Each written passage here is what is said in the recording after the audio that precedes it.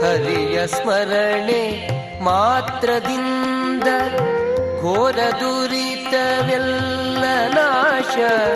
ವರದ ಪುರಂದರ ವಿಠಲನ್ನ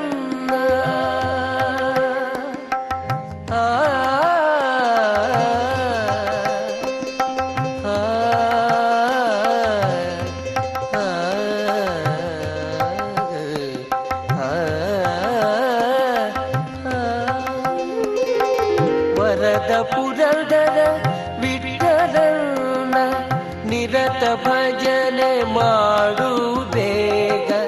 ವರದ ಪುರಂದರ ವಿಠಲನ್ನ ನಿರತ ಭಜನೆ ಮಾಡು ಬೇಗ. ಮರೆಯಬೇಡ ಮನವೇ ನೀನು ಹರಿಯ ಚರಣವ. ಅರುಣಕಿ